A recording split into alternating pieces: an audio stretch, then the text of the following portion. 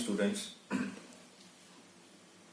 Science studio channel ਦੇ ਵਿੱਚ ਤੁਹਾਡਾ ਸਵਾਗਤ ਹੈ। ਆਪਾਂ ਕੱਲ 9th ਦੇ ਲਈ ਸਾਇੰਸ ਸਬਜੈਕਟ ਦਾ ਲੈਸਨ 8 ਜਿਹੜਾ ਆ ਉਹ ਸਟਾਰਟ ਕੀਤਾ ਸੀ। ਲੈਸਨ 8 ਜੋ ਪੰਜਾਬ ਸਕੂਲ ਐਜੂਕੇਸ਼ਨ ਬੋਰਡ ਤੇ CBSE ਦੀ ਬੁੱਕਸ ਦੇ ਵਿੱਚ ਦੋਨਾਂ ਵਿੱਚ ਸੇਮ ਹੈ, ਮੋਸ਼ਨ। ਉਸ ਦਾ ਅੱਜ ਸੈਕੰਡ ਲੈਕਚਰ ਹੈ। ਕੱਲ ਜੋ ਆਪਾਂ ਗੱਲ ਕੀਤੀ ਸੀ ਉਹਦੇ ਵਿੱਚ ਮੇਨਲੀ ਆਪਾਂ ਗੱਲ ਕੀਤੀ ਸੀ ਕਿ ਵਾਟ ਇਜ਼ ਮੋਸ਼ਨ। ਉਸ ਤੋਂ ਬਾਅਦ ਜੋ ਆਪਾਂ ਗੱਲ ਕੀਤੀ ਸੀ ਡਿਸਟੈਂਸ ਤੇ ਡਿਸਪਲੇਸਮੈਂਟ ਬਾਰੇ, ਔਰ ਨਾਲ ਦੀ ਨਾਲ ਆਪਾਂ ਸਕੇਲਰ ਕੁਆਂਟੀਟੀ ਤੇ ਵੈਕਟਰ ਕੁਆਂਟੀਟੀਜ਼ ਬਾਰੇ ਗੱਲ ਕੀਤੀ ਸੀ। ਉਸ ਤੋਂ ਬਾਅਦ ਜੋ ਸਾਡਾ ਨੈਕਸਟ ਟੌਪਿਕ ਹੈ बुक के अकॉर्डिंगली वो है uniform motion and non uniform motion. बड़ा सिंपल जो टॉपिक है क्यों कोई ऑब्जेक्ट है, आप कहता सी कि ऑब्जेक्ट को मूव कर रही है तो मतलब आप गल की थी कि अगर एक रैफरेंस पॉइंट तो किसी होर जगह ते कोई ऑब्जेक्ट जी मूविंग ऑब्जेक्ट मूव कर गई किसी पर्टिकुलर टाइम दे विच तो आपां नूं कहता सी कि मोशन दे विच है। और मोशन जिहड़ी आ ਉਹ यूनीफॉर्म भी हो सकती है ते नॉन यूनीफॉर्म भी हो सकती है। मतलब समान भी हो सकती है जो गति है ते असमान भी हो सकती है। सानू कितना पता लगेगा कि कोई गति है वो यूनीफॉर्म है, समान है, या नॉन यूनीफॉर्म है, असमान है। अगर कोई moving object equal time intervals दे विच इक्वल डिस्टेंस कवर करे, इक्वल टाइम इंटरवल दे विच इक्वल डिस्टेंस कवर करे तो आप कहांगे जिहड़ी ऑब्जेक्ट है उहदी मोशन जिहड़ी है वो यूनीफॉर्म है। फॉर एग्जांपल कि मैं कह रहा कि एक कार है वो मूव करनी, एक स्ट्रेट रोड है उस टाइम मूव करनी शुरू की थी। एट 0 सेकेंड जी उन्हें 0 किलोमीटर ही डिस्टेंस कवर किया। जब आप मीटर की गल करिए आप शॉर्ट टाइम इंटरवल लेने 0 मीटर डिस्टेंस कवर किया। मान लो 5 सेकेंड तो बाद उन्हें 5 मीटर डिस्टेंस कवर कर लिया। देन 10 सेकेंड तो बाद 10 सेकेंड, 15 सेकेंड तो बाद 15 मीटर। ठीक है, मतलब हरेक 5 सेकेंड ਦੇ ਵਿੱਚ ਉਹ 5 मीटर डिस्टेंस कवर कर रही है। नैक्सट 5 ਦੇ ਵਿੱਚ फिर 5, नैक्सट 5 ਦੇ ਵਿੱਚ फिर 5। मीनस लगातार डिस्टेंस यूनिफॉर्मली आप कह लीए कि each 5 second 5 metre distance cover हो रहा है। टाइम इंटरवल भी इत्थे सेम आ रहा ते डिस्टेंस कवर्ड भी सेम आ रहा। इन्हों आपां कहांगे कि यूनीफॉर्म मोशन है, समान गति है। दूसरे पासे अगर मैं असमान की गल करा, नॉन यूनीफॉर्म की गल करा तो यही गल कर लेने आपां कार है उन्हें मूव करना शुरू किया। अगेन 0 सेकेंड है, 0 मीटर है। आफ्टर 5 सेकेंड मान लो उन्हें 4 मीटर डिस्टेंस कवर किया। नैक्सट 5 सेकेंड भी 10 सेकेंड तो बाद मान लो डिस्टेंस हो गया 11 मीटर। अगले 5 सेकेंड तो बाद वो डिस्टेंस हो गया 13 मीटर। एग्जाम्पल है क्यों होएगा, शॉर्ट टर्म्स है, लॉन्ग टर्म भी इदा होंदा कि आप जा रहे हैं किते, मान लो एक शख्स स्ट्रेट रोड से जा रहे हैं, बिल्कुल रोड खाली है, आप फुल स्पीड ना जा रहे हैं, यूनीफॉर्मली जा रहे हैं, यूनीफॉर्मली मूव कर रहे हैं कि साडी गड्डी जिहड़ी 100 किलोमीटर पर आवर चल रही है, कितने रुकावट नहीं, ਜਿਹੜੇ ਵੱਡੇ ਹਾਈਵੇਜ਼ ਬਣੇ ਹੋਣ। अगर आप किसी ट्रैफिक एरिए से जा रहे हैं तो की होएगा, साडी गड्डी 100 किलोमीटर पर आवर की स्पीड ना जा रही है। ठीक है, मोरे ट्रैफिक आ गया, साडी स्पीड 40 किलोमीटर पर आवर रह गई। मोरे जाके रेलवे फाटक लगा उत्थे से रुके गए, उत्थे कितनी हो जाएगी 0 किलोमीटर। दैट मीन वो जी मोशन है वो नॉन यूनीफॉर्म है कि आप इक्वल टाइम इंटरवल के इक्वल डिस्टेंस कवर नहीं कर रहे। ये भी आप यही कह लेंगे पहले 5 ਸੈਕਿੰਡ 'ਚ 4 ਮੀਟਰ ਡਿਸਟੈਂਸ ਕਵਰ ਕੀਤਾ, ਅਗਲੇ 5 ਦੇ ਵਿੱਚ 7 ਮੀਟਰ ਕਰ ਲਿਆ, ਅਗਲੇ 5 ਦੇ ਵਿੱਚ 2 ਮੀਟਰ ਕੀਤਾ। So this is non uniform. Clear? So simple ਭਾਸ਼ਾ ਦੇ ਵਿੱਚ ਯੂਨੀਫਾਰਮ ਮੋਸ਼ਨ ਉਹ ਹੁੰਦੀ ਆ, ਸਮਾਨ ਗਤੀ ਉਹ ਹੁੰਦੀ ਆ ਕਿ ਜਦੋਂ ਅਸੀਂ ਇੱਕੋ ਜਿਹੇ ਟਾਈਮ ਦੇ ਵਿੱਚ ਇੱਕੋ ਜਿਹਾ ਡਿਸਟੈਂਸ ਕਵਰ ਕਰਦੇ ਹਾਂ, ਇੱਕੋ ਜਿਹਾ ਦੂਰੀ ਤੈਅ ਕਰਦੇ ਹਾਂ। ਨਾਨ ਯੂਨੀਫਾਰਮ ਉਹ ਹੁੰਦਾ ਜਦੋਂ ਟਾਈਮ ਇੰਟਰਵਲ ਇੱਕੋ ਹੋਣ ਬਟ ਦੂਰੀ ਜਿਹੜੀ ਹੈ ਉਹ ਡਿਫਰੈਂਟ ਹੋਵੇ। ਕਲੀਅਰ? ਓਕੇ, ਇਸ ਤੋਂ ਨੈਕਸਟ ਜੋ ਆਪਾਂ ਹੁਣ ਫਰਦਰ ਇਹ ਤਾਂ ਮੋਸ਼ਨ ਦੀ ਆਪਾਂ ਗੱਲ ਕਰ ਰਹੇ ਹਾਂ। ਨੈਕਸਟ ਕੁਝ ਫਿਜ਼ੀਕਲ ਕੁਆਂਟੀਟੀਜ਼ ਨੂੰ ਆਪਾਂ ਅੱਜ ਫਿਰ ਸਟੱਡੀ ਕਰਨਾ। ਉਹ ਆਪਾਂ ਸਪੀਡ, ਵੈਲੋਸਿਟੀ ਤੇ ਐਕਸਲਰੇਸ਼ਨ ਕੋਸ਼ਿਸ਼ ਕਰਾਂਗਾ ਕਿ ਇਹ ਤਿੰਨੋਂ ਅੱਜ ਡਿਸਕਸ ਹੋ ਜਾਣ। ਅਗਰ ਲੈਕਚਰ ਜ਼ਿਆਦਾ ਵੱਡਾ ਹੁੰਦਾ ਹੈ ਤਾਂ ਕਿ ਆਪਾਂ ਸਪੀਡ ਤੇ ਵੈਲੋਸਿਟੀ ਹੀ ਕਰ ਲਾਂਗੇ, ਐਕਸਲਰੇਸ਼ਨ ਆਪਾਂ ਨੈਕਸਟ ਲੈਕਚਰ ਚ ਕਰ ਲਾਂਗੇ। ਟਰਾਈ ਕਰਦੇ ਹਾਂ। ਸਭ ਤੋਂ ਪਹਿਲਾਂ ਹੈ ਸਪੀਡ।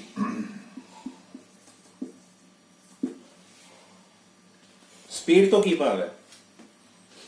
ਆਪਾਂ ਕਹਿ ਲੈਂਦੇ ਆ ਕਿ ਕੋਈ ਆਪਾਂ ਹੁਣ ਜਦੋਂ ਜਾ ਰਹੇ ਹਾਂ ਕਿਤੇ, ਆਪਾਂ ਸਾਡੇ ਜਿਹੜੇ ਸਕੂਟਰ ਹੈ, ਮੋਟਰਸਾਈਕਲ ਹੈ ਜਾਂ ਕਾਰਾਂ ਆ, ਉਹਨਾਂ ਵਿੱਚ ਇੱਕ ਸਪੀਡੋਮੀਟਰ ਹੁੰਦਾ, ਸਾਰਿਆਂ ਨੂੰ ਪਤਾ। ਕਿ ਸਪੀਡੋਮੀਟਰ ਦੇ ਵਿੱਚ ਸਾਨੂੰ ਸਪੀਡ ਨਜ਼ਰ ਆਪਾਂ ਦੇਖ ਸਕਦੇ ਹਾਂ ਨਾ, ਉਹ ਕੁਛ ਇਦਾਂ ਦੀ ਸ਼ੇਪ ਹੁੰਦੀ ਉਹਦੀ, ਇਹ 0 ਤੋਂ ਸਟਾਰਟ ਹੋ ਕੇ ਮੇਬੀ 200 ਤੱਕ ਹੈ।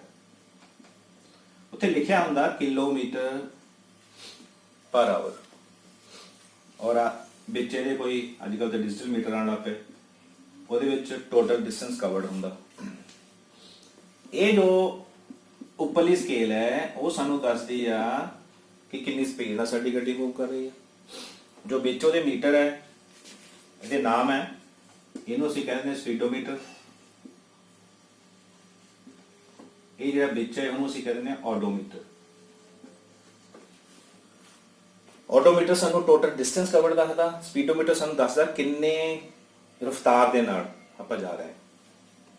ਠੀਕ ਹੈ? ਸੋ ਸਪੀਡ ਨੂੰ ਆਪਾਂ ਇਹੀ ਕਹਿ ਸਕਦੇ ਹਾਂ ਕਿ ਰਫ਼ਤਾਰ ਜਾਂ ਗਤੀ ਜਿਸ ਦੇ ਨਾਲ ਕੋਈ ਆਬਜੈਕਟ ਜਿਹੜੀ ਹੈ ਮੂਵ ਕਰ ਰਹੀ ਹੈ।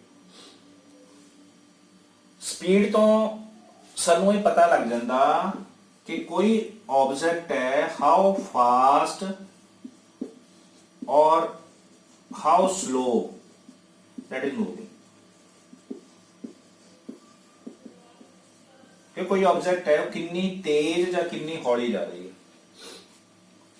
ਕੁਝ ਸਪੀਡਸ ਤਾਂ ਇਦਾਂ ਨਹੀਂ ਜਿਹਨੂੰ ਆਪਾਂ ਨੋਟਿਸ ਹੀ ਨਹੀਂ ਕਰ ਸਕਦੇ, ਬਹੁਤ ਸਲੋ ਹੁੰਦੀਆਂ, ਕਈਆਂ ਬਹੁਤ ਤੇਜ਼ ਹੈ। ਠੀਕ ਹੈ? ਹੁਣ ਇੱਕ ਵਾਚ ਹੈ, ਵਾਚ ਦੇ ਵਿੱਚ ਆਪਾਂ ਅਗਰ ਮੋਸ਼ਨ ਦੇਖ ਲਈਏ ਤਾਂ ਵਾਚ ਦੀਆਂ 3 ਸੂਈਆਂ ਆ, ਇੱਕ ਸੈਕਿੰਡ ਵਾਲੀ ਹੁੰਦੀ ਹੈ, ਇੱਕ ਮਿੰਟ ਵਾਲੀ ਹੁੰਦੀ ਹੈ, ਘੰਟੇ ਵਾਲੀ ਹੁੰਦੀ ਹੈ। ਸੈਕਿੰਡ ਦੀ ਸੂਈ ਨੂੰ ਆਪਾਂ ਦੇਖ ਸਕਦੇ ਹਾਂ ਕਿ ਤੇਜ਼ੀ ਨਾਲ ਮੂਵ ਕਰ ਰਹੀ ਹੈ, ਮਿੰਟ ਵਾਲੀ ਨੂੰ ਤੇ ਘੰਟੇ ਵਾਲੀ ਦੀ ਉਹਦੀ ਮੂਵਮੈਂਟ ਹੈ ਤਾਂ ਸਹੀ ਉਹਦੀ ਵੀ, ਬਹੁਤ ਸਲੋ ਆ। That is regarding motion. ਇਹ ਤਾਂ ਸਪੀਡ ਵੀ ਹੈ, ਕਈ ਚੀਜ਼ਾਂ ਸਾਡੇ ਤੋਂ ਬਹੁਤ ਤੇਜ਼ੀ ਨਾਲ ਲੰਘ ਜਾਂਦੀਆਂ, ਆਪਾਂ ਦੇਖ ਲੈਂਦੇ ਕਿ ਬੜੀ ਤੇਜ਼ ਗੱਡੀ ਗਈ ਹੈ, ਕਈ ਬੜੀ ਸਲੋਲੀ ਮੂਵ ਕਰ ਰਹੀ ਹੈ। ਸੋ ਡਿਪੈਂਡ ਕਰਦਾ ਸਪੀਡ ਤੇ ਕਿ ਹਾਊ ਫਾਸਟ ਔਰ how slow the moving object is moving. ਠੀਕ ਹੈ? ਜੋ ਸਪੀਡ ਦੀ ਐਗਜ਼ੈਕਟ ਡੈਫੀਨੇਸ਼ਨ ਹੈ, ਆਪਾਂ ਕੀ ਕਹਾਂਗੇ? distance traveled over time taken। ਇੱਥੇ ਮੈਂ ਦੇਖੋ ਹੀ ਲੈ ਰਿਹਾ kilometre per hour, this is distance, this is time।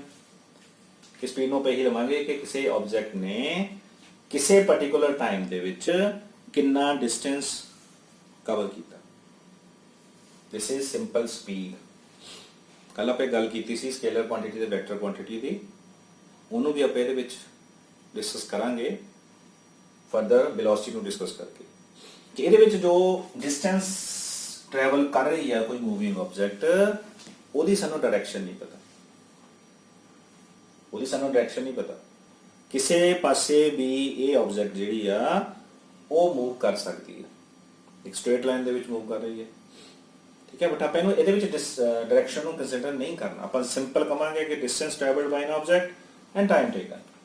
ਮੈਥਮੈਟਿਕਲੀ ਜੋ ਅਸੀਂ ਐਕਸਪ੍ਰੈਸ਼ਨਸ ਕੁਝ ਯੂਜ਼ ਕਰਦੇ ਹਾਂ ਫਿਜ਼ਿਕਸ ਦੇ ਵਿੱਚ, ਸਪੀਡ ਨੂੰ ਅਸੀਂ v ਨਾਲ ਐਕਸਪ੍ਰੈਸ ਕਰਦੇ ਹਾਂ, ਡਿਸਟੈਂਸ ਨੂੰ ਅਸੀਂ s ਨਾਲ ਐਕਸਪ੍ਰੈਸ ਕਰਦੇ ਹਾਂ ਤੇ ਟਾਈਮ ਨੂੰ ਅਸੀਂ t ਨਾਲ ਐਕਸਪ੍ਰੈਸ ਕਰਦੇ ਹਾਂ। ਤਾਂ ਸ਼ਾਰਟ ਦੇ ਵਿੱਚ ਇਹਨੂੰ ਆਪਾਂ ਇਹ ਕਹਿ ਸਕਦੇ ਹਾਂ ਕਿ v that is equal to s over t, distance traveled over time taken। ठीक, फॉर एग्जाम्पल एक कार है, मान लो उन्हें डिस्टेंस कवर किया 200 किलोमीटर, 200 किलोमीटर डिस्टेंस कवर कर ली, मान लो उन्हें 4 घंटे लगे, तो उसकी स्पीड की होगी? Distance travel means s that is equal to 200 kilometre, time taken by the car that is 4 hours, की बन गया 4 ਨਾਲ 200 ਨੂੰ से कैंसिल करता किया जाएगा 50 kilometre per hour. so this will be the speed of the car। ठीक है, ये यूनिट सुनिए कि डिस्टेंस ਨੂੰ ਅਸੀਂ ਕਿਲੋਮੀਟਰ ਚ ਮਾਪਿਆ, टाइम ਨੂੰ ਅਸੀਂ ਆਵਰ ਦੇ ਵਿੱਚ ਮਾਪਿਆ, ਘੰਟੇ ਦੇ ਵਿੱਚ ਮਾਪਿਆ, ਸੋ ਕੀ ਹੋ ਗਈ 50 ਕਿਲੋਮੀਟਰ ਪਰ ਆਵਰ ਜਾਂ 50 ਕਿਲੋਮੀਟਰ ਪ੍ਰਤੀ ਘੰਟਾ, ਕਿ ਉਹ ਕਾਰ ਨੇ 50 ਕਿਲੋਮੀਟਰ ਦਾ ਡਿਸਟੈਂਸ 1 ਘੰਟੇ ਦੇ ਵਿੱਚ ਕਵਰ ਕੀਤਾ। ਕਲੀਅਰ? ਅੱਛਾ, ਹੁਣ ਨੈਕਸਟ ਪੁਆਇੰਟ ਕੀ ਆ, ਜਿਵੇਂ ਪਹਿਲਾਂ ਗੱਲ ਕੀਤੀ ਹੈ ਕਿ ਆਪਾਂ ਇੱਕ ਕਾਰ 'ਚ ਜਾ ਰਹੇ ਹਾਂ, ਮੰਨ ਲਓ ਅਸੀਂ 200 ਕਿਲੋਮੀਟਰ ਦਾ ਡਿਸਟੈਂਸ ਕਵਰ ਕਰਨਾ, 200 ਕਿਲੋਮੀਟਰ ਤੱਕ ਆਪਾਂ ਜਾਣਾ, ਉਹ 200 ਕਿਲੋਮੀਟਰ ਜਾਣ ਦੇ ਲਈ ਸਾਨੂੰ 4 ਘੰਟੇ ਲੱਗੇ। ਇੱਥੇ ਉਹ ਕਲੀਅਰ ਹੁੰਦਾ, ਸਾਡੀ ਸਪੀਡ ਕੀ ਹੋ ਗਈ 50 ਕਿਲੋਮੀਟਰ ਪ੍ਰਤੀ ਘੰਟਾ। ਓਕੇ, ਪਰ ਕੀ ਇਹ 200 ਦੇ 200 ਕਿਲੋਮੀਟਰ ਅਸੀਂ ਹਰ ਵੇਲੇ 50 ਕਿਲੋਮੀਟਰ ਪ੍ਰਤੀ ਘੰਟੇ ਦੀ ਰਫ਼ਤਾਰ ਨਾਲ ਗਏ? ਨੋ, ਇਹ ਪੋਸੀਬਲ ਹੈ ਕਿ ਆਪਾਂ 200 ਕਿਲੋਮੀਟਰ ਜਾਣਾ, ਆਪਾਂ ਸ਼ੁਰੂ ਤੋਂ ਗੱਡੀ ਸਟਾਰਟ ਕੀਤੀ 50 ਕਿਲੋਮੀਟਰ ਕਰ ਲਈ, 50 ਕਿਲੋਮੀਟਰ ਪ੍ਰਤੀ ਘੰਟੇ ਰਫ਼ਤਾਰ ਨਾਲ ਕਰ ਲਈ, ਉਸੇ ਰਫ਼ਤਾਰ ਨਾਲ ਜਾ ਰਹੇ ਹਾਂ। Is it possible? ਨਹੀਂ, ਇਹ ਪੋਸੀਬਲ ਹੀ ਨਹੀਂ। ਅਗਰ ਰੋਡ ਖਾਲੀ ਹੈ, ਜਿਵੇਂ ਪਹਿਲਾਂ ਗੱਲ ਕੀਤੀ ਸੀ ਆਪਾਂ, ਹੋ ਸਕਦਾ 100-120 ਕਿਲੋਮੀਟਰ ਪ੍ਰਤੀ ਘੰਟੇ ਦੀ ਰਫ਼ਤਾਰ ਨਾਲ ਜਾਈਏ। ਜਿੱਥੇ ਕੋਈ ਸ਼ਹਿਰ ਆ ਗਿਆ, ਟ੍ਰੈਫਿਕ ਆ ਗਿਆ, ਉੱਥੇ ਹੋ ਸਕਦਾ ਸਾਡੀ ਸਪੀਡ 20 ਕਿਲੋਮੀਟਰ ਪਰ ਆਵਰ ਰਹਿ ਜਾਵੇ। ਹੋ ਸਕਦਾ ਮੋਰੇ ਰੇਲਵੇ ਦਾ ਫਾਟਕ ਲੱਗਾ, ਉੱਥੇ ਆਪਾਂ ਰੁਕੇ ਜਾਈਏ, ਹੈ ਨਾ, ਉੱਥੇ 15 ਮਿੰਟ ਸਾਨੂੰ ਰੁਕਣਾ ਪੈ ਜਾਏ। ਦੈਟ ਮੀਨਸ ਕਿ ਹਰ ਵੇਲੇ ਆਪਾਂ ਸਪੀਡ ਨਾਲ ਨਹੀਂ ਜਾ ਸਕਦੇ। ਠੀਕ, ਇਸ ਲਈ ਆਪਾਂ ਸਪੀਡ ਦੇ ਲਈ ਇੱਕ ਹੋਰ ਟਰਮ ਯੂਜ਼ ਕਰਦੇ ਹਾਂ, ਉਹਨੂੰ ਅਸੀਂ ਕਹਿੰਦੇ ਨੇ ਐਵਰੇਜ ਸਪੀਡ। ਸੇਮ ਚੀਜ਼ ਹੈ ਉਹ, average speed and speed are the same thing. ਫਰਕ ਇਹ ਆ ਕਿ ਇਹਦੇ ਵਿੱਚ ਆਪਾਂ ਟੋਟਲ ਟਾਈਮ ਦੇਖ ਲਿਆ, ਟੋਟਲ ਡਿਸਟੈਂਸ ਕਵਰ ਦੇਖ ਲਿਆ, ਇਨ ਬਿਟਵੀਨ ਨਹੀਂ ਦੇਖਿਆ ਕੁਝ ਵੀ। ਠੀਕ ਹੈ, ਇਨ ਬਿਟਵੀਨ ਤਾਂ ਆਪਾਂ ਈਜ਼ੀਲੀ ਦੇਖ ਵੀ ਨਹੀਂ ਸਕਦੇ। ਠੀਕ, ਸੋ ਇਸ ਲਈ ਆਪਾਂ ਇਨ ਪਲੇਸ ਆਫ ਸਪੀਡ, ਇਹ ਜ਼ਿਆਦਾ ਕਨਵੀਨੀਅੰਟ ਹੈ, ਆਪਾਂ वर्ड यूज करते हैं एवरेज स्पीड। है वही same, that is distance travel over time taken, है सेम। फर्क सिर्फ इतना ही है कि आप कहांगे एवरेज आप कढ़ ली कि आप लंबा डिस्टेंस कवर किया और वो कदे स्पीड साड़ी घट है कदे वध है, सो आप स्पीड की बजाय वर्ड यूज कर लांगे एवरेज स्पीड। ठीक, so this is all about speed. मैं तुहानूं पहलां गल दसी कि आप डायरैक्शन नहीं कंसीडर करते, किहड़ी क्वांटिटी विच आप डायरैक्शन नहीं कंसीडर करते, कल आपां गल कीती सी स्केलर क्वांटिटी। सो आप कहांगे कि speed is the scalar quantity. ठीक, सो उस तो नैक्सट टॉपिक है that is velocity.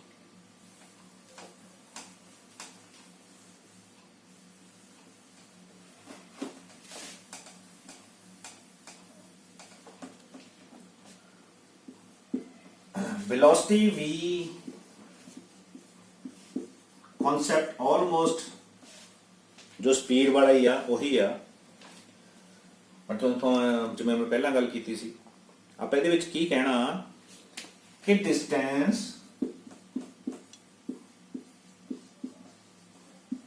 Travel in a particular direction. ठीक है, इन ए given direction या particular direction over time taken।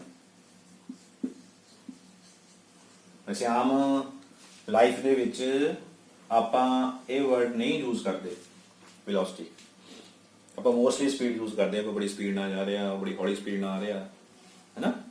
ਬੇਸ਼ੱਕ ਡਾਇਰੈਕਸ਼ਨ ਹੋਵੇ ਬੇਸ਼ੱਕ ਨਾ ਹੋਵੇ, ਆਮ ਲਾਈਫ ਦੇ ਵਿੱਚ। ਫਿਜ਼ਿਕਸ ਦੇ ਵਿੱਚ ਆਪਾਂ ਮੇਨਲੀ ਇਹ ਚੀਜ਼ ਨੂੰ ਦੇਖਣਾ ਕਿ ਜਿਹੜੀ ਵੈਲੋਸਿਟੀ ਆ that is also the distance traveled but that is in a given direction। ਠੀਕ ਹੈ, ਅਗਰ ਆਪਾਂ ਉਹਨੂੰ given direction ਦੇ ਵਿੱਚ ਆਪਾਂ ਗੱਲ ਕਰਾਂਗੇ ਫਿਰ ਆਪਾਂ ਕਹਾਂਗੇ ਕਿ that is velocity now। ਠੀਕ, ਅੱਛਾ ਆਪਾਂ ਕੱਲ ਗੱਲ ਕੀਤੀ ਸੀ ਕਿ distance traveled in a given direction ਕੀ ਸੀ। ਆਪਾਂ ਐਗਜ਼ਾਮਪਲ ਲਈ ਸੀ ਨਾ ਕਿ ਇੱਕ ਟ੍ਰਾਇੰਗਲ ਲੈਨੇ ਆ, ਆਪਾਂ ਟ੍ਰਾਇੰਗਲ ਬਣਾ ਲਈ ਸੀ ਕਿ ਇਹ ਸਟੂਡੈਂਟ ਹੈ, ਉਹਨੇ A ਤੋਂ ਆਪਣੇ ਸਕੂਲ ਜਾਣਾ, C ਤੱਕ ਜਾਣਾ, ਬਟ ਬਾਇਆ B ਜਾਣਾ, ਇੱਕ ਡਾਇਰੈਕਸ਼ਨ ਲੈ ਲਈ ਸੀ। ਆਪਾਂ ਸਿੰਪਲ ਕਿਹਾ ਸੀ ਕਿ A to B to C that is the distance। ਜੇ ਸਿੱਧਾ A ਤੋਂ C ਚਲਾ ਗਿਆ that is the displacement। Initial point ਤੋਂ ਫਾਈਨਲ ਪੁਆਇੰਟ ਤੱਕ ਜਿੰਨਾ ਪਾਥ ਹੈ that is displacement। that mean ਉੱਥੇ ਆਪਾਂ ਕੱਲ ਗੱਲ ਕੀਤੀ ਸੀ ਕਿ A ਜਿਹੜਾ ਆ ਉਹ ਈਸਟ ਦੀ ਡਾਇਰੈਕਸ਼ਨ ਵੱਲ ਨੂੰ ਜਾ ਰਿਹਾ, ਉੱਪਰ ਨੂੰ ਆਪਾਂ ਨਾਰਥ ਲੈ ਲਈਏ, ਥੱਲੇ ਸਾਊਥ ਲੈ ਲਈਏ ਤਾਂ ਇੱਧਰ ਕੀ ਹੋ ਜਾਏਗੀ ਈਸਟ। ਜਦੋਂ ਆਪਾਂ ਈਸਟ ਡਾਇਰੈਕਸ਼ਨ ਨੂੰ ਕੰਸੀਡਰ ਕੀਤਾ ਸੀ that was displacement। ਠੀਕ, ਸੋ ਇੱਥੇ ਆਪਾਂ ਕੀ ਕਹਿ ਰਹੇ ਆ, distance traveled in a given direction, ਤਾਂ ਉਹ ਕੀ ਹੁੰਦੀ ਆ, that is displacement। ਸੋ ਆਪਾਂ velocity ਨੂੰ ਇਹ ਵੀ ਲਿਖ ਸਕਦੇ ਹਾਂ ਕਿ velocity is equal to displacement over time। ਠੀਕ, ਫਰਕ ਇੰਨਾ ਹੀ ਹੋ ਗਿਆ ਸਪੀਡ ਤੇ velocity ਦੇ ਵਿੱਚ ਕਿ velocity ਜਿਹੜੀ ਆ ਉਹ in a given direction ਹੈ, ਔਰ ਜਿਹੜੀ ਸਪੀਡ ਆਪਾਂ ਗੱਲ ਕੀਤੀ ਸੀ that was in any direction। total distance covered, this is distance covered in a particular direction। ਠੀਕ, ਯੂਨਿਟਸ ਏਰੀਆ ਵੀ ਉਹੀ ਹੈ, ਡਿਸਪਲੇਸਮੈਂਟ ਹੈ, ਇਹਨੂੰ ਆਪਾਂ ਕਿਲੋਮੀਟਰ ਵਿੱਚ ਮੇਜਰ ਕਰਾਂਗੇ, ਟਾਈਮ ਨੂੰ ਆਵਰ ਦੇ ਵਿੱਚ ਕਰਾਂਗੇ, ਦਿਨ ਦੀ ਯੂਨਿਟ ਹੋ ਜਾਏਗੀ ਕਿਲੋਮੀਟਰ ਪਰ ਆਵਰ। ਪੋਸੀਬਲ ਹੋ ਇਦਾਂ ਵੀ ਕਰ ਸਕਦੇ ਹਾਂ ਆਪਾਂ ਕਿ ਡਿਸਟੈਂਸ ਨੂੰ ਮੀਟਰ 'ਚ ਕਵਰ ਕਰੀਏ, ਸ਼ਾਰਟਸ ਹੋ ਜਾਂਦੀ ਹੈ, ਸ਼ਾਰਟ ਯੂਨਿਟ ਹੋ ਗਈ। ਟਾਈਮ ਨੂੰ ਆਪਾਂ ਸੈਕਿੰਡ 'ਚ ਕਰੀਏ ਤਾਂ ਕੀ ਹੋ ਜਾਏਗੀ, ਇਹ ਬਣ ਗਈ ਕਿਲੋਮੀਟਰ ਪਰ ਆਵਰ, ਇਹ ਬਣ ਜਾਏਗੀ ਮੀਟਰ ਪਰ ਸੈਕਿੰਡ। ਇਹ ਵੀ ਹੋ ਸਕਦਾ ਕਿ ਆਪਾਂ ਮਿੰਟ ਦੇ ਵਿੱਚ ਟਾਈਮ ਨੂੰ ਮਿੰਟ ਦੇ ਵਿੱਚ ਕਰੀਏ ਤਾਂ ਕੀ ਜਾਏਗਾ, ਮੀਟਰ ਪਰ ਮਿੰਟ। ਯੂਨਿਟ ਆਪਾਂ ਜਿਹੜੀ ਵੀ ਸਾਨੂੰ ਕਨਵੀਨੀਅੰਟ ਹੈ, ਜਿੰਨਾ ਕੁ ਸਾਡਾ ਰਸਤਾ ਹੈ ਆਪਾਂ ਕਵਰ ਕਰਨਾ, ਜਿਹੜੀ ਵੀ ਯੂਨਿਟ ਆਪਾਂ ਨੂੰ ਕਨਵੀਨੀਅੰਟ ਆਪਾਂ ਉਹ ਯੂਨਿਟ ਜਿਹੜੀ ਇੱਥੇ ਯੂਜ਼ ਕਰ ਸਕਦੇ। ਠੀਕ, so this is about the velocity. ਇੱਕ ਵੈਲੋਸਿਟੀ ਦੇ ਨਾਲ ਜਿਵੇਂ ਆਪਾਂ ਸਪੀਡ ਦੀ ਗੱਲ ਕੀਤੀ ਨਾ, average speed, in the same manner ਆਪਾਂ ਐਵਰੇਜ ਵੈਲੋਸਿਟੀ ਵੀ ਕਹਿ ਸਕਦੇ ਹਾਂ। Average velocity,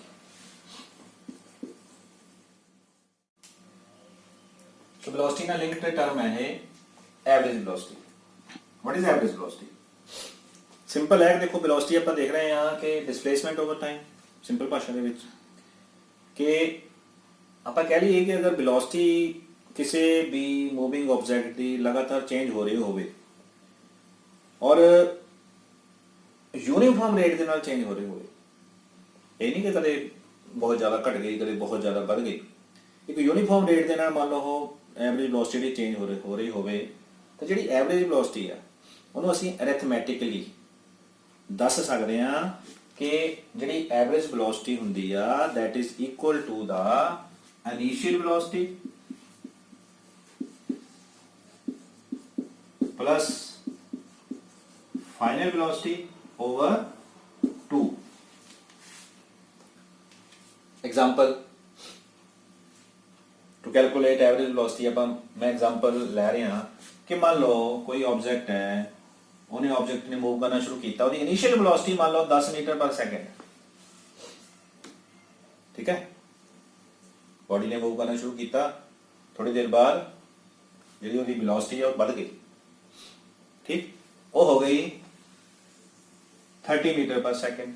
so this is initial velocity and this is final velocity. Formula ਕੀ ਹੈ, initial velocity plus final velocity that's divided by 2। So initial velocity ਇਹਦੇ accordingly ਕੀ ਆ ਜਾਏਗੀ, 10 metre per second. Final velocity की जाएगी 30 metre per second divided by 2। ठीक, सो यही गल है कि मान लो मैं वही गल कर रहा है कि ऑब्जेक्ट दी जी इनिशियल वेलोसिटी है 10 मीटर पर सेकंड है, final velocity 30 metre per second है, डिवाइडेड बाय 2 की बन गया 40 metre per second divided by 2 that is equal to 20 metre per second. This is the average velocity of a moving object. ठीक, so this is all about the speed and velocity. Speed and velocity ਦੇ ਵਿੱਚ these both quantities मैं ਤੁਹਾਨੂੰ ਕਿਹਾ कि ਕੀ ਦੱਸ ਰਹੀਆਂ ਸਾਨੂੰ, a distance travel divided by time. ठीक, distance speed भी ਤੇ velocity भी, फर्क कितना हो गया कि speed that is distance traveled over time, direction is not given. In velocity, distance traveled in a given direction, or we can say displacement over time, that mean ਇਹਦੇ ਵਿੱਚ direction given ਹੈ. so ਇਹਦੇ base ਤੇ ਆਪਾਂ ਕਹਾਂਗੇ ਕਿ speed is a scalar quantity, whereas velocity is a vector quantity. क्यों? क्योंकि it has only magnitude,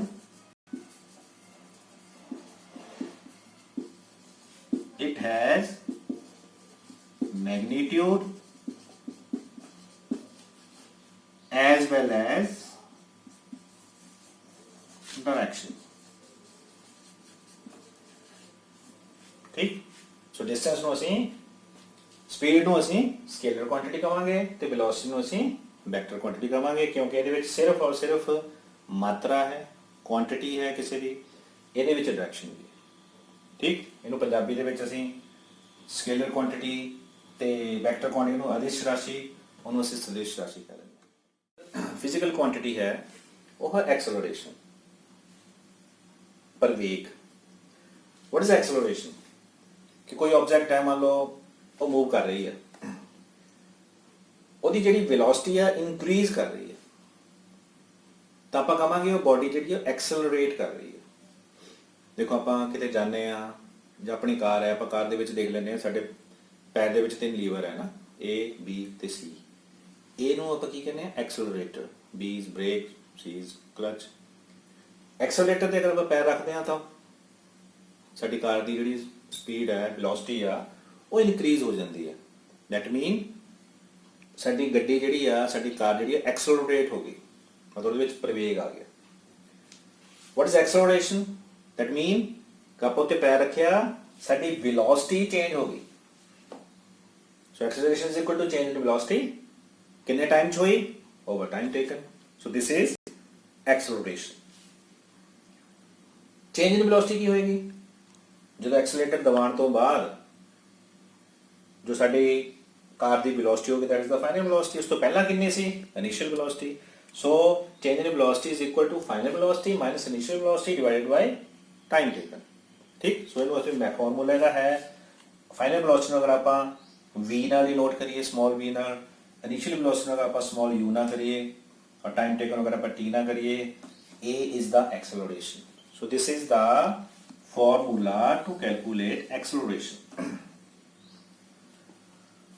ਹੁਣ ਮੰਨ ਲਓ ਕੋਈ ਆਪਾਂ ਕਾਰ ਦੀ ਗੱਲ ਕਰਦੇ ਸੀ ਕਿ ਕਾਰ ਦੀ ਸਪੀਡ 0 ਸੈਕਿੰਡ ਤੇ 0 ਮੀਟਰ ਹੈ।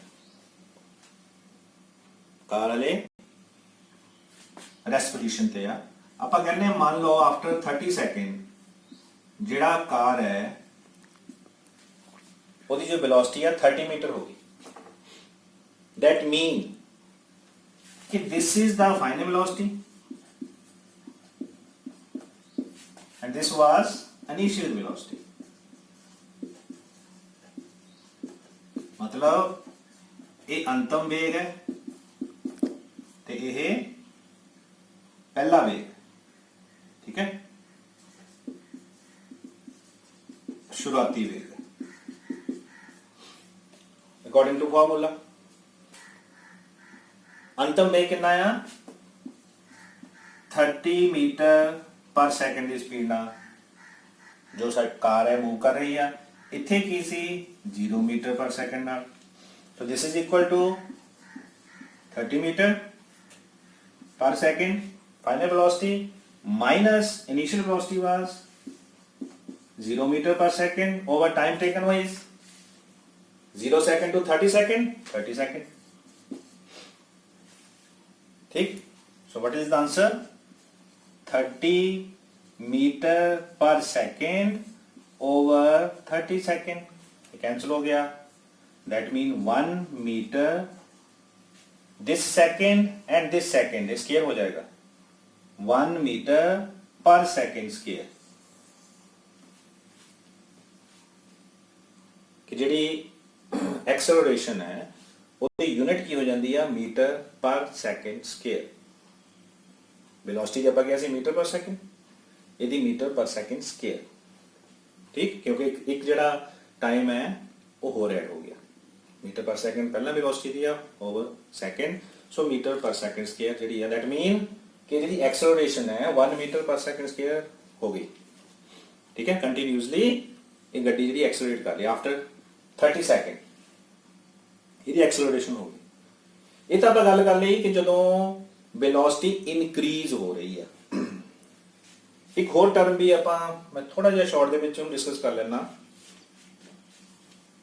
ਉਹਨੂੰ ਆਪਾਂ ਕਹਿ ਦਿੰਦੇ ਆ ਰਿਟਾਰਡੇਸ਼ਨ,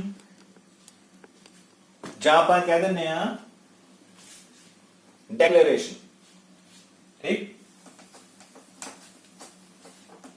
ਸੇਮ ਹੈ, ਫਾਰਮੂਲਾ ਉਹੀ ਆ. रिटार्डेशन का मतलब की आ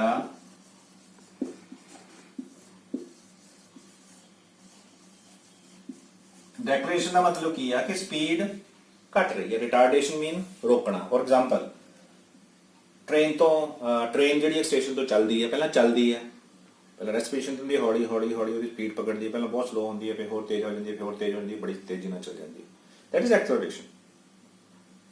व्हाट इज डेक्लेरेशन और रिटार्डेशन की होएगी कि अगे जाके ट्रेन ने रुकना, किसी स्टेशन जाके रुकना, तो की होगी पहला बड़ी तेजी नाल हौली हौली ड्राइवर ब्रेक मारना शुरू करता, हौली हौली उसकी स्पीड घटती है घटती है घटती है, अल्टीमेटली स्टेशन पर जाके गड्डी रुक जाती है.